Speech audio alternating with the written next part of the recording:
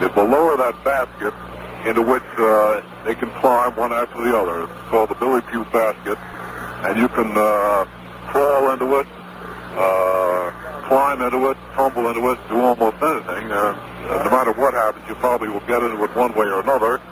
And it's so constructed that no matter what position you're in, it's easy for the men on board the helicopter to crank the basket up to the door of the helicopter and haul you inside. And that's what's happening to the astronauts, or will be any moment now. These helicopters, normally, the Helicopter Squadron 4 normally is on anti-submarine duty. And the center of the compartment is normally taken up with sonar, but that's been taken out to make more room for the astronauts. Now, the first astronaut is in the basket just before being hauled up into the helicopter. And he's on his way. Halfway up? Well, that is minute-by-minute reporting. The first astronaut is in the basket and is halfway up. That's practically breath by breath. Well, at the rate they're going, the other two ought to be in the helicopter within a very short time, just a couple of minutes, I imagine. Just the amount of time it'll take them to get the first astronaut out of the Billy Pugh basket and lower it away for the other two to make their way up to the helicopter. And after that, it will be directly back here to the flight deck and the welcome. And the skies are now are quite bright. Cloudy but bright. Windy today. There still seems to be a hit of rain in the air. A recovery helicopter with the 3 astronauts on board. And this will be number 66. Piloted by Commander Don Jones with the 3 astronauts on board. And photo 1 will be number 51. That will be landing far forward on the flight deck, ahead of the Recovery 3 helicopter. Great activity, great excitement on the flight deck now. Everybody waiting for the first close-up sign of the helicopter. It should come around off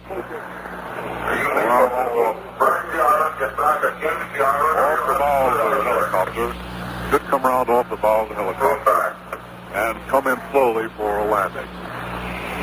There will then be a brief pause while the rotors are stopped, and the platform, the steps, the wooden steps will be brought up to the door. The door will open. The astronauts will be greeted by John Snowstriker, head of the NASA recovery team on board, and by Ben James, the senior NASA Public Affairs Administrator on board, Public Affairs Representative on board. Then Captain John Fifield, the commanding officer, will extend his welcome on behalf of the Yorktown. About 3 minutes to the landing, Dylan. Right. We can see the helicopter. That probably is the recovery helicopter, number 66, off the port, about a mile off the port right now. Coming around, came around the bow, is going down the left side of the carrier, heading toward the stern, ready to make its approach.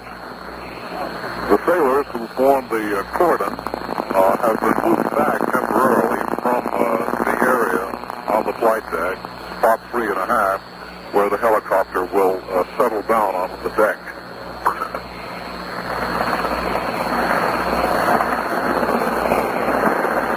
Helicopter number 66 with astronauts Borland, Lovell, and Andrews.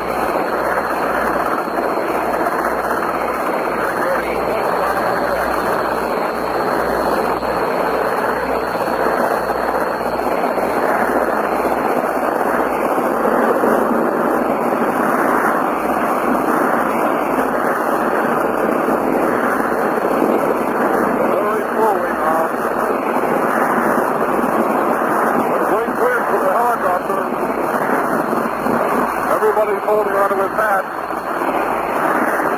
Few hats racing down the deck. Wheels are down. Helicopter landed.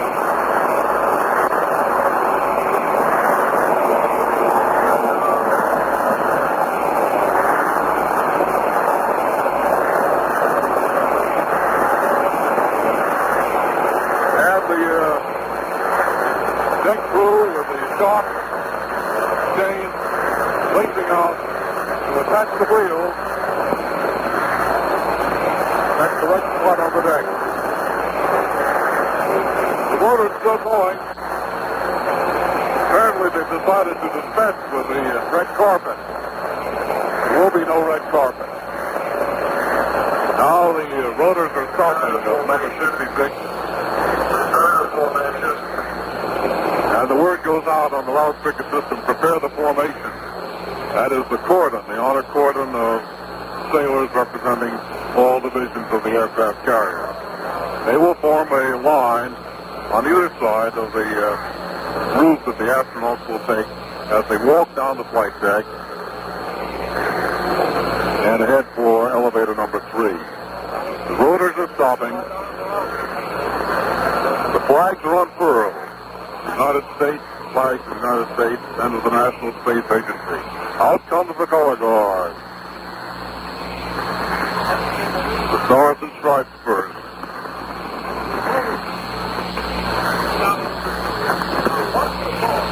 The cordon forms up. Captain Fifield, the commanding officer, stands out on the flight deck alongside a microphone. Perhaps the astronaut will say a few words. Now there at last comes the red carpet. At the very last moment, red carpet being unrolled from the steps at the in front of the door of the helicopter, coming back here to the microphone where Captain Fifield was standing. Now out to the door of the helicopter go John Stonecipher and Ben James. Mr. Stonecipher is the chief of the NASA recovery team on board. He slips briefly, shaking hands with one of the astronauts. Here comes astronaut Borman and Lovell and Anders standing on the steps, and a great cheer goes up from the sailors out here on the flight deck. All of them looking in very good condition, needing a shave, of course. Shaking hands with Ben James. There's Captain Lovell shaking hands with Ben James. Walking slowly down the red carpet, accompanied by John Stonecipher and Ben James, the 3 astronauts. Lovell having a very noticeable beard. Frank Borman looks as if he is shaved. All 3 salute. Captain Fifield is at the microphone. On behalf of the entire Yorktown crew, a most hearty welcome aboard and congratulations on a tremendously successful flight. Colonel Borman, would you care to say a few words to the crew?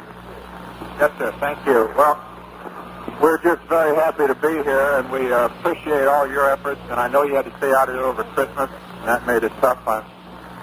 Jim and I always seem to fly in December. We made it home before Christmas in '65, but we can't tell you much how much we really appreciate you being here and how proud it is for us to participate in this event, because thousands of people made this possible, and I guess we're all just part of the group. Thank you very much. Thank you. Captain Fifield presents Yorktown cap to Colonel Borman, Captain Lovell, and Major Anders. Captain Fifield shaking hands with Colonel Borman. Colonel Borman looks as if he's grabbed a quick shave on the way back. At least there's no indication that he needs a shave in the sense that Lovell and Anders do. Walking slowly down the flight deck now, all of them wearing their Yorktown caps. Go ahead. With the scrambled eggs on the front scrambled eggs, indicating their rank. Colonel Borman of the Air Force, Captain Lovell of the Navy,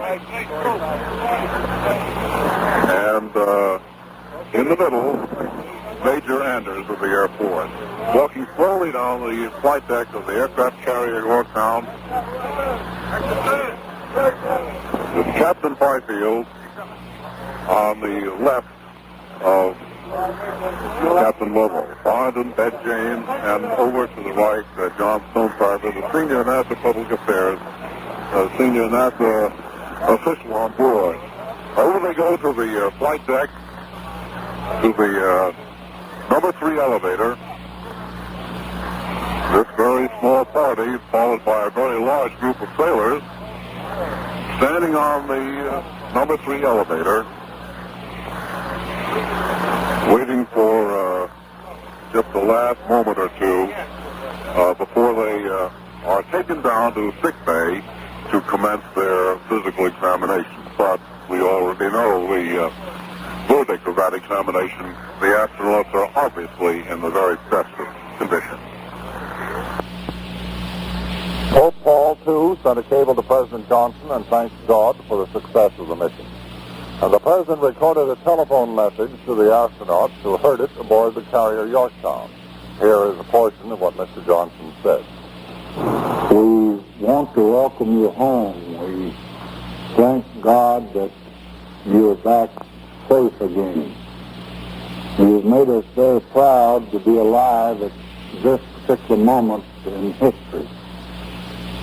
If I could have exchanged thoughts with you, I was going to ask you whether it felt better coming down or going up, and to have you tell me some of your experiences, because you've seen what man has really never seen before.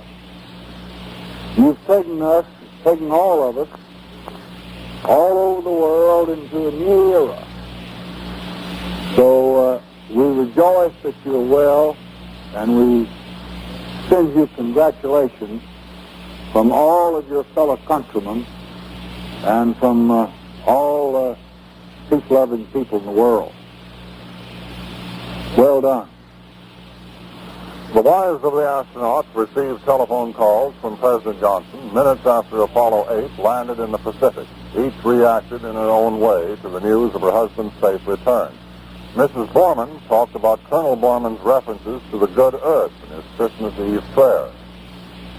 I think that Frank wanted all of us to understand that this is a good earth, and I'm sure that he felt at that moment the position he was in, he was perhaps the one to get a message across. I think it's a well-deserved victory for this country because it's been a long time in coming, and there are so many thousands of people that gave their lives to make this possible, and I think the free people of the world are going to benefit by this with stories that will be told for a long, long time.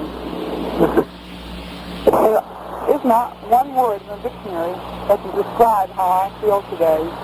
Did the cheers in the house? Oh, many, many cheers. I hope to see him Sunday morning in the middle of the night, as a matter of fact. I think they were just on lunar time. Yes. How did you feel during that lunar orbit? I was apprehensive. I have to admit that. I wouldn't be normal if I didn't admit it. There really is a Santa Claus, and my husband said it, and it sounded marvelous. That car right there.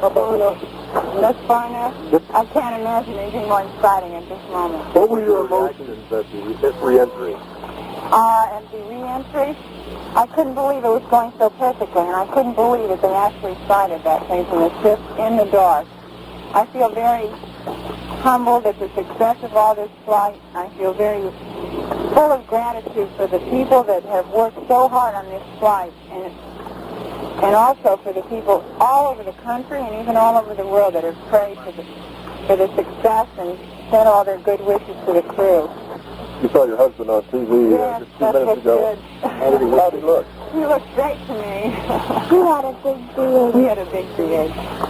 On this day, when the American people have heaped high honors on the astronauts of Apollo 8, the space agency disclosed the names of the men who will be the crew of Apollo 11.